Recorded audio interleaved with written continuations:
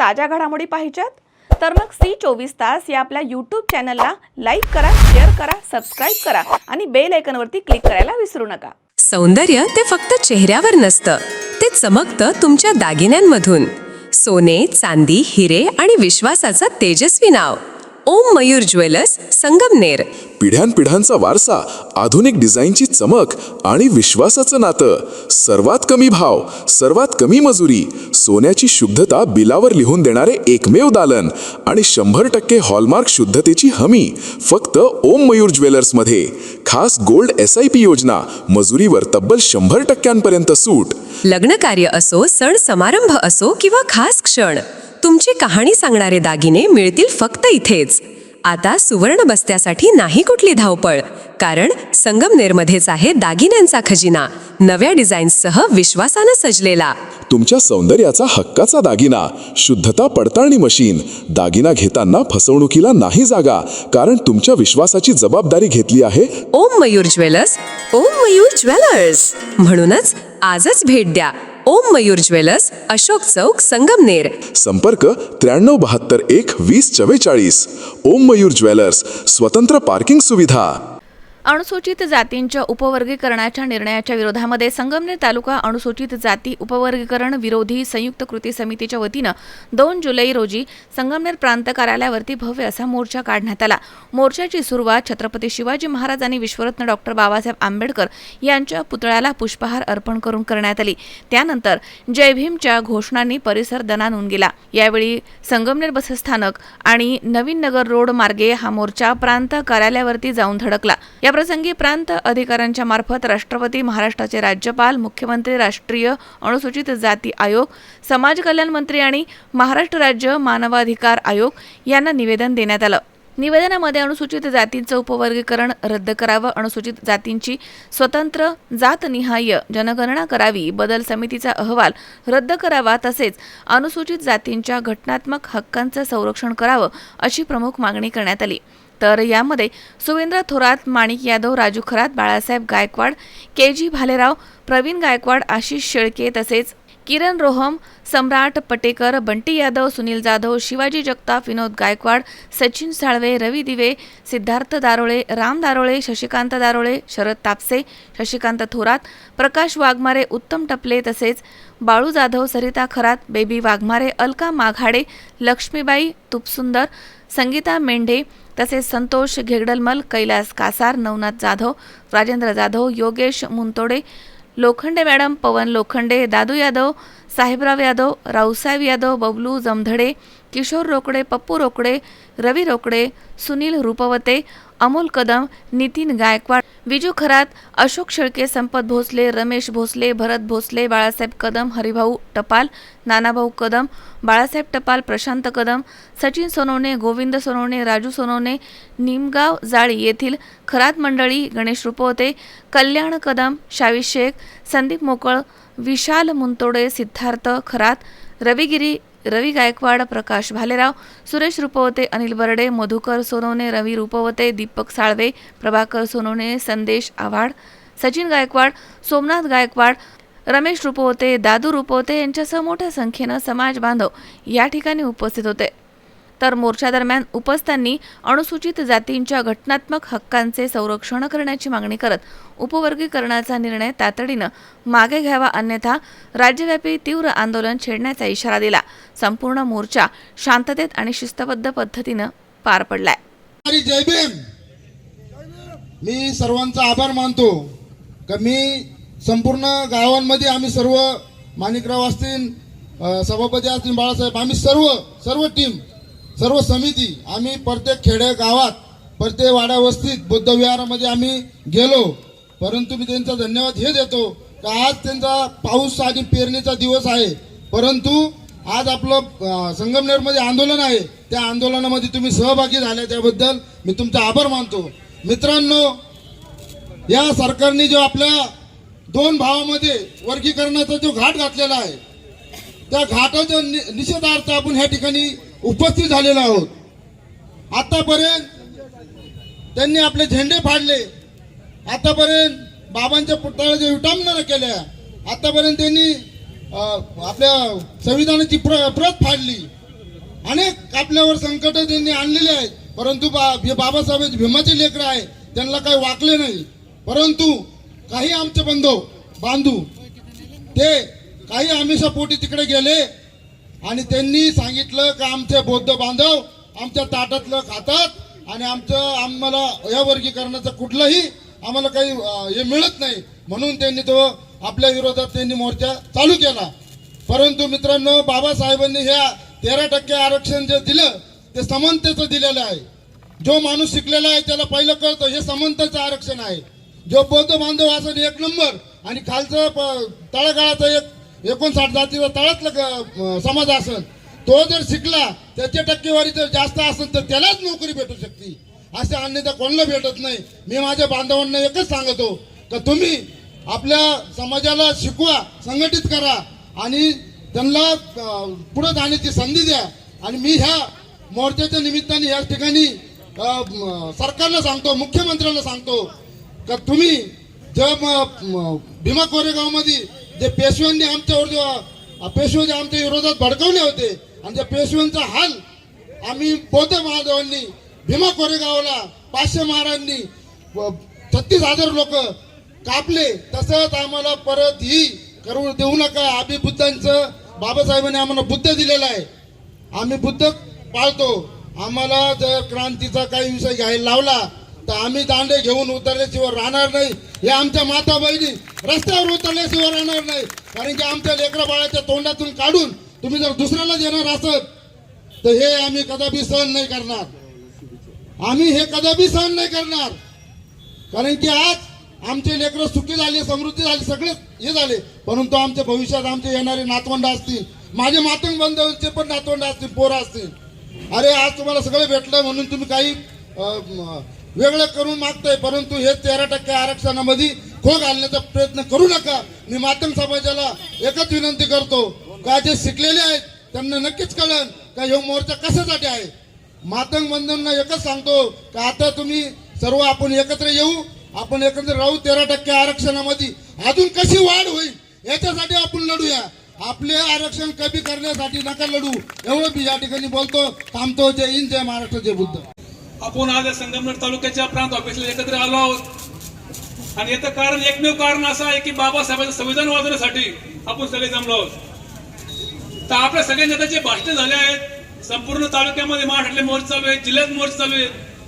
30 तारखेला मुंबईला पण फार मोठा मोर्चा झाला आणि आपल्या पुढे हे कारण आलंय की जाती जातीमध्ये उपवर्गीकरणाचा छंद या सरकारने आता होऊ घातला आहे. आणि आपल्या काही मित्रांनी सांगितले भाषणामध्ये की बदर समिती जो अहवाल आहे आणि त्या समितीमध्ये जे सदस्य आहेत तो प्रॉब्लेम आहे. मला खऱ्या अर्थाने 1 मिनिट मित्रांनो, खऱ्या अर्थाने मला तुम्हाला हे सांगायचं, जो शिकल्या सवरला आपला वर्ग आहे त्यांच्या मला एक लक्ष लावून द्यायचंय की सुप्रीम कोर्टाने निकाल दिला हे तुम्ही डोक्यात अजिबात आणू नका. बिलकुल या सुप्रीम कोर्टामध्ये आपल्या आरक्षणाच्या संदर्भामध्ये कोणता भाडगो गेला हे डोक्यात ठेवा. कारण संबंधच नाही ना काही. आपल्या 13% आरक्षणाला हात लावायचा काही संबंधच नाही. जातीचं आरक्षण तोडायचा काही संबंधच नाही. त्या भाडखाऊ बदल समिती नियमाचा काही संबंधच नाही. आणि मग तुम्ही निकाल द्यायचा काय संबंध त्याच्यामध्ये? आम्ही गेलो का, महार गेला का, तंबार गेला का, मान गेला का, नाही गेला कोणी. हे झाले काय की एक सिंपल भाषा तुम्हाला सांगतो. या देशामध्ये 2014 नंतर ज्या ज्या जातीने इथला तंबार जय श्रीराम म्हणला, इथला भंगी जय श्रीराम म्हणला, इथला मातंग जय श्रीराम म्हणला, पण इथला महार जय श्रीराम म्हणला, हा तो वाद आहे. खरा जर वाद काय असेल तर फक्त हा वाद आहे. त्यांनी फार प्रयत्न केले, त्यांनी युद्ध केले, त्यांनी आपलं काही दिले असेल महामंडळ म्हणा काय म्हणा राखीला दिलं, पण तरी इथल्या मार्ग तोंडातून कधीही त्यांच्या मानेवर तलवार जरी आली तर ते जय श्रीराम म्हणू शकत नाही. हा वाद आहे. हा प्रेमाने आमचे बापदादी आम्ही एकमेकाला गावामध्ये रामराम म्हणतो, पण ते प्रेमाचा विषय झाला. पण त्यांच्या डोक्यात काय का इथं जय श्रीराम जो म्हणेन तोच आमचा आहे. आणि म्हणून तुम्ही पहा, इथला मुसलमान असेल, इथला ख्रिश्चन असेल, यांच्यावर जे आता हल्ले चालू यांच्या संघाची घटना घडतात तेच आता महारावर पण चालू आहे. पण आपले महार या निमित्ताने एकत्र व्हायला पाहिजे. माझ्या बंधूंनी विचार करा की आता तुम्ही एक विचार करा का जो मातंग बांधव आज आपल्या उलट त्यांनी वेगळा करण्याचा प्रयत्न केलाय.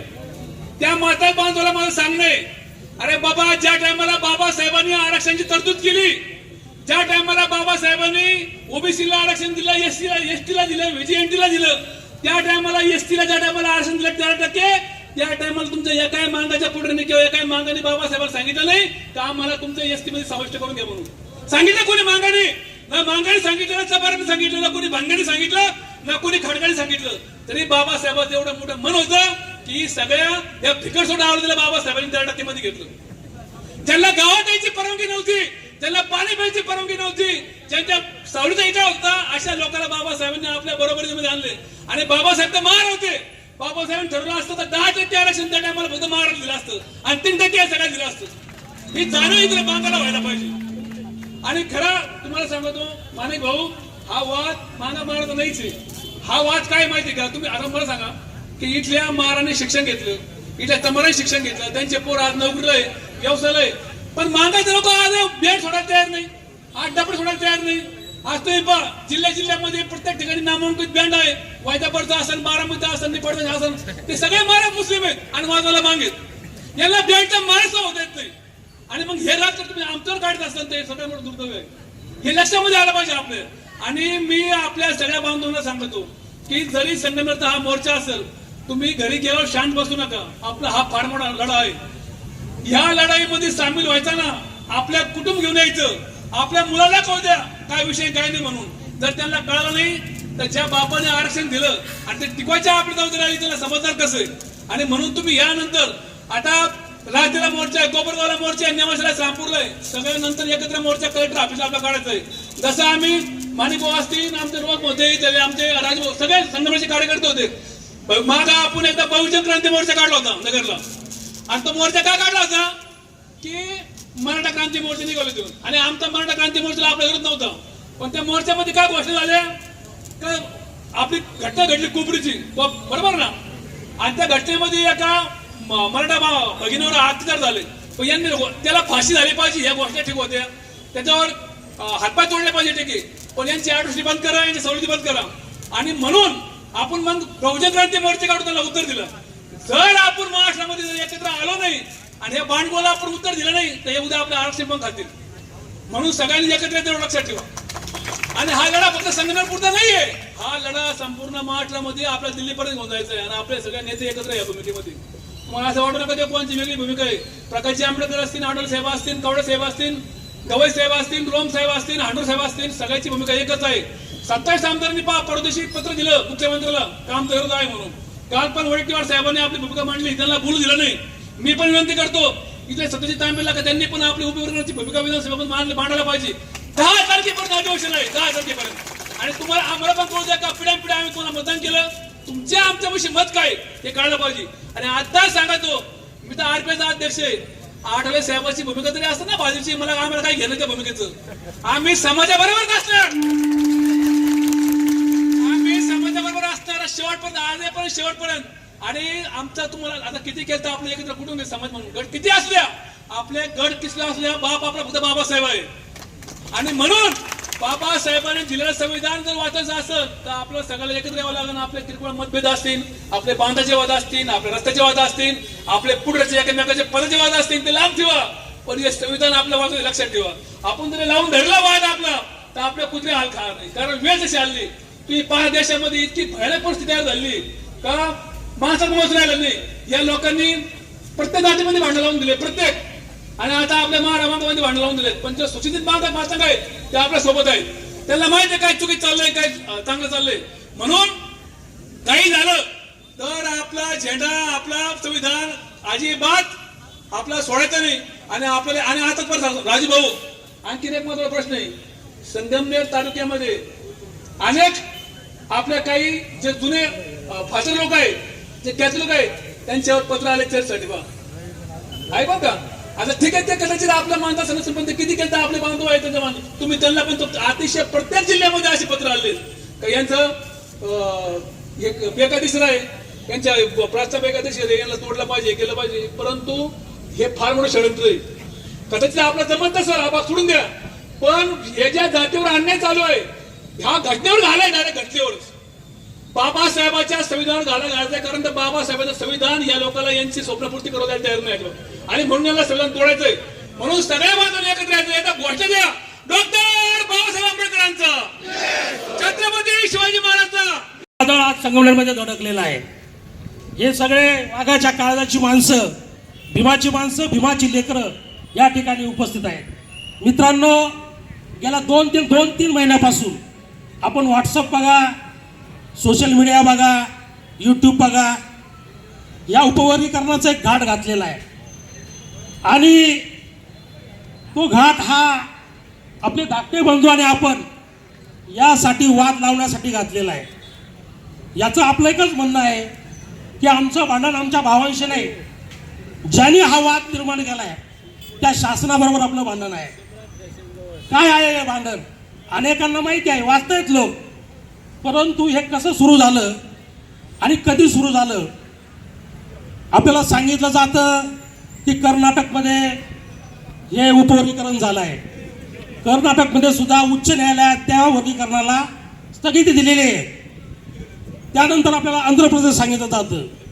आंध्र प्रदेशमध्ये तिथे जेव्हा हे 2005 साली न्यायालयात आज या ठिकाणी या जातीविरोधी उपवर्गीकरण मोर्चासाठी उपस्थित असलेल्या माझ्या सर्व भीम भगिनी, भीम बांधव यांचं मी प्रथमतः स्वागत करतो. मगाची मागाडे ताई बोलल्या की आपण या ठिकाणी आलोय कशाला, इथून काय घेऊन जाणार. तर ताई, या सरकारने आपला जो मागासवर्गीय जात आहे याच्यामध्ये ज्या 59 जाती आहे, मातंग असतील, चर्मकार असतील, यांना सगळ्यांना आरक्षणात वेगळं करायचं चाललंय, जे इतर राज्यांनी केलं त्याप्रमाणे. आणि त्याच्या विरोधात आपण या ठिकाणी एकत्र आलोय. असं जर कधी झालं तर आपल्यामध्ये मागासवर्गीयांमध्ये फूट पडेल आणि ती फूट रोखण्यासाठी आपण एकत्र आलोय. कारण ही घटना डॉक्टर बाबासाहेब आंबेडकरांनी लिहिलेली आहे आणि हे आरक्षण आपल्याला महामानव डॉक्टर बाबासाहेब आंबेडकरांनीच दिलेलं आहे, दुसरं कोणीच दिलेलं नाही. त्यामुळं आपण या ठिकाणी सर्व एकत्र आलो. आणि उद्या जर आरक्षणावर घाला होत असेल तर माझ्या या भीम रागिनी गप्प बसणार नाही. या ठिकाणी या महाराष्ट्रामध्ये रक्ताचे पाठ वाहतील अशा माझ्या भीम बहिणी या ठिकाणी काम करतील. एक लक्षात घ्या, हे आरक्षण आपल्याला जे बाबासाहेबांनी दिलं हे शेवटपर्यंत ही घटना अशीच टिकून राहावी यासाठी आपण हा विरोध करतोय. आणि हे शासन, कालच मुख्यमंत्र्यांचं एक स्टेटमेंट आलं की याच्यावर काय हरकती येतील त्याचा विचार केला जाईल. आणि हरकतींना सुरुवात झाली. 75 लाख हरकती केल्यात. अरे पण आपली संख्या 75 लाख 2च तालुक्याची मिळून आहे. बाकीचे लोक झोपलेत का आपले? इथून आता गेल्यावर सर्वांनी लक्षात घ्या, आपल्याकडे मोबाईल आहेत, ईमेलची सुविधा आपल्या मुलांना माहिती आहे. आपल्या हरकती नोंदवा.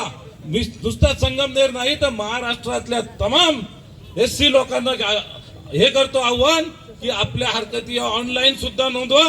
आणि हे सरकार घाबरलं पाहिजे, हे सरकार धनानून सोडलं पाहिजे. कालच मुंबईमध्ये खूप मोठा आपल्या समाजाचा मोर्चा निघाला आणि हे सरकार बऱ्यापैकी नमलेलं आहे. आणि गावोगावी, शहरातून, प्रत्येक तालुक्यातून हे असे आंदोलन चालू आहेत. आणि हे आंदोलन जर झाले तर हा आरक्षणाचा घाट हा सरकार बंद केल्याशिवाय राहणार नाही. कारण माझ्या डॉक्टर बाबासाहेब आंबेडकरांची ताकद आपल्या सोबत आहे. तुम्ही विचार करा, हे मंत्री म्हणतात, RSS चे, BJPचे लोक म्हणतात जिवंत आंबेडकरांपेक्षा मृत आंबेडकर घातक आहे. या शब्दाचा अर्थ काय? कारण आपण आता जागृत झालेलो आहोत. बाबासाहेब जरी जिवंत नसले तर बाबासाहेबांचा हा समाज जागृत आहे. त्यामुळे सर्वांनी एक होऊन आपली ताकद दाखवायची. आणि मी सांगितल्याप्रमाणे इथून गेल्यावर आपला निषेध, आपला हरकती या नोंदवायच्या. थांबतो. जय भीम, जय भारत. मनोगत व्यक्त करून या मोर्चाला संबोधित करावं. संगमनेर तालुक्याच्या सगळ्याच समितीच्या वतीने आजचा हा जो एक यशस्वी मोर्चा या ठिकाणी म्हणील जो पार पडला, या सगळ्या नेत्यांचं, सगळ्या कार्यकर्त्यांचं मनापासून अभिनंदन करते. लांब लांबून सगळ्या गावावरून आलेले आपण सगळे बांधव आपल्या सगळ्यांचंही अभिनंदन करते. 3च फक्त मुद्दे बोलणार, 2 मिनिटाच्या वर बोलणार नाही. सर्वात पहिला मुद्दा, एखाद्या छोट्या बाळाला पहिलीत टाकतो तेव्हा सुद्धा तुला कुठल्या परीक्षेचा अभ्यास करायचा आहे त्याचं आपण एक पुस्तक देतो. काय वाचून तुम्हाला पुढे अभ्यास करायचा आहे ते सांगतो. आमच्यावरती बदर समिती लादली, त्या बदर समितीचा अहवाल काय ते सुद्धा आम्हाला माहिती नाही. हे सर्वात मोठी शोकांतिका आहे. ज्या अहवालाच्या विरुद्ध आपण सगळे इथे ईमेल पाठवतोय त्या अहवालात नेमकं आहे काय हे सुद्धा या मनुवादी सरकारने आपल्यापर्यंत पोहोचवलेलं नाही, ही नोंद तुम्ही सगळ्यांनी घ्या. दुसरा मुद्दा, 13% आरक्षणामध्ये आपल्याला सगळ्यांना इथे लढवून ठेवलंय. मातंग आणि महार हे दोघे भाऊ आज एकमेकांच्या गळचंड्या धरायला लागले आहेत. 50% जे ओपन आहे त्याच्याबद्दल एक चकार शब्द हे सरकार बोलत नाही. त्याच्याबद्दल का नाही एबीसीडी बद्दल बोलत तुम्ही? आणि तिसरा आणि सर्वात महत्वाचा मुद्दा, हा रस्त्यावरची लढाई आपण सगळे लढत आहात, आम्ही तुमच्या सोबत आहोत, पण ही लढाई फक्त रस्त्यावरती लढून चालणार नाही.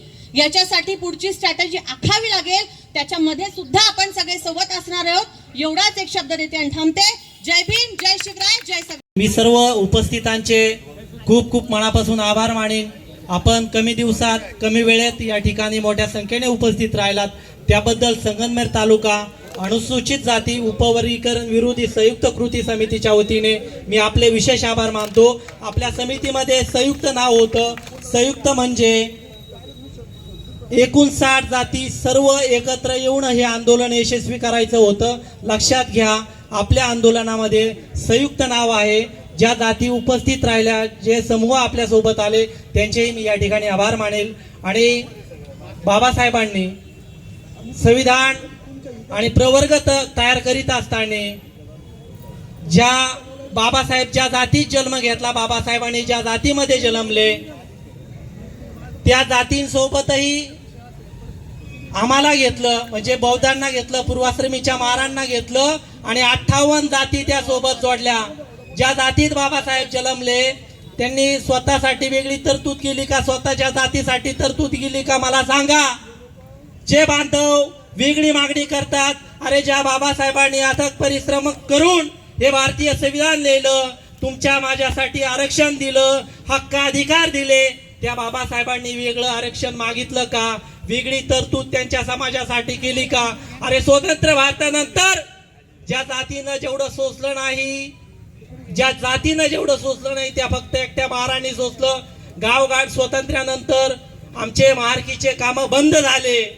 गावगाड्यातला जो कामं होते म्हणजे आमच्या बरोबर चर्मकारांना काम राहिलं, आमच्या सोबतच्या ढोरांना काम राहिलं, आमच्या सोबतच्या मागांना मार्तंगांना काम राहिलं, पण आमच्या हातचं काम त्यावेळेस गेलं होतं. बाबासाहेबांच्या संविधानाचा, बाबासाहेबांच्या धम्माचा आदर करून आम्ही बाबासाहेबांची लेकरं पुढे गेलो. आम्ही बाबासाहेबांनी दिलेला तथागताचा धम्म स्वीकारला आणि आम्ही या ठिकाणी पुढे गेलेलो आहोत. बाबासाहेबांचे 3 वाक्य सांगतो आणि या ठिकाणी लगेच थांबतो. बाबासाहेब म्हटले होते की माझ्या कोटाचे जे 2 खिसे आहेत, ते माझा एक खिसा माझ्या स्वतःच्या उदरनिर्वाहासाठी असेल, दुसरा खिसा माझ्या मार्तंग बांधवांसाठी असेल. बाबासाहेब दुसरं वाक्य म्हटले होते, मला जर एकुलती एक मुलगी असती तर मी ती मार्तंगाच्या मुलाला दिली असती. हे बाबासाहेबांचे वाक्य होते. बाबासाहेब म्हटले हे सगळं त्या आपल्या बांधवांना समजलं पाहिजे. आपण या मनुवाद्यांच्या नादाला लागू नका. या मोठ्या भावाने कधी कुठं तुमच्यावर गावगाड्यात अन्याय केला?